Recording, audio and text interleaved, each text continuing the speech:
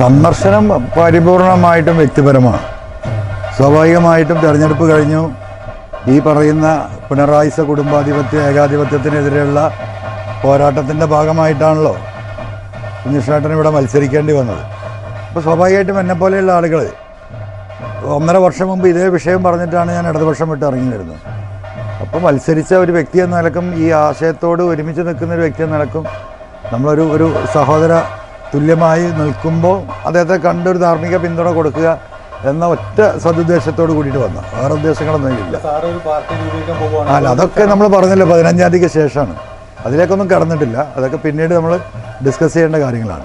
എന്തായാലും ഇവിടെ ഒരു റിയൽ ലെഫ്റ്റ് ഉണ്ടാവും. ഇടതുപക്ഷ ആശയങ്ങൾ ഉൾക്കൊള്ളുന്ന ഒരു ലെഫ്റ്റ് സംവിധാനം കേരളത്തിന് അത്യാവശ്യമാണ് എന്ന് എല്ലാവരും കരുതുന്നുണ്ട്. അത് UDF ലീഡർഷിപ്പുമായിട്ട് കൂടെ ഡിസ്കസ് ചെയ്തിട്ട് പിന്നീട് തീരുമാനിക്കുന്നു.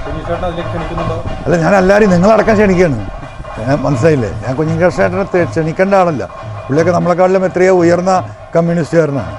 അപ്പം ഓരോരുത്തരും ഞങ്ങളൊരു ആലോചനയാണ്, അതുണ്ടാവും, അത്രയേ ഉള്ളൂ. അല്ല, അതൊന്നും പറയാൻ പറ്റില്ല.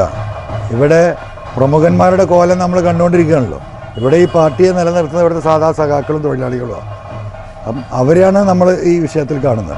അല്ല, പ്രമുഖന്മാരുടെ ഒപ്പം ഉണ്ടാവും. ഞങ്ങളൊക്കെ സാധാരണക്കാരല്ലേ. അപ്പോൾ നമ്മളെ കൂടെ സാധാരണക്കാരെ വരൂ. അത്ര തന്നെ നമ്മളതിൽ കണക്കാക്കുന്നുള്ളൂ.